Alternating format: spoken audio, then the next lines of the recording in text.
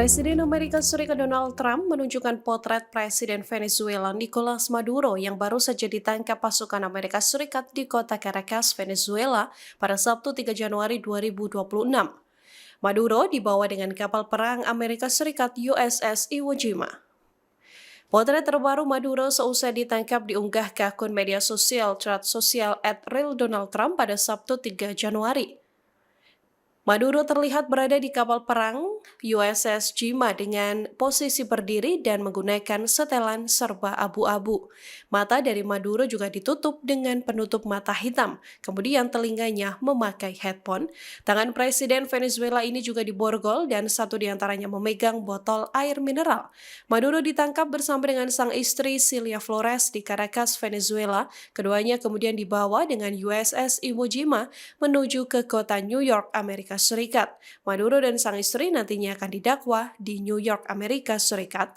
Sebelum penangkapan Maduro, Presiden Amerika Serikat juga melancarkan operasi militer pada Sabtu pagi. Serangan tersebut diluncurkan ke kota Caracas dan negara bagian Miranda, Aragua, dan La Guaira.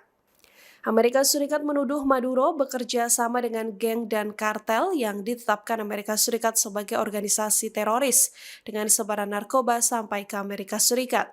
Pemerintah Venezuela berulang kali membantah tuduhan Amerika Serikat terkait narkoba dan ancaman terorisme.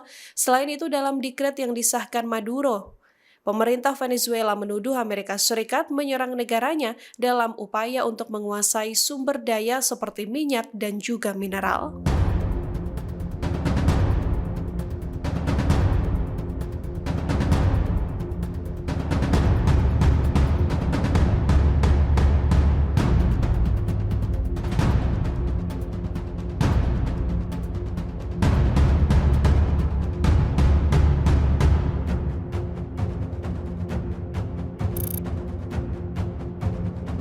Download Tribun X sekarang, menghadirkan lokal menjadi Indonesia.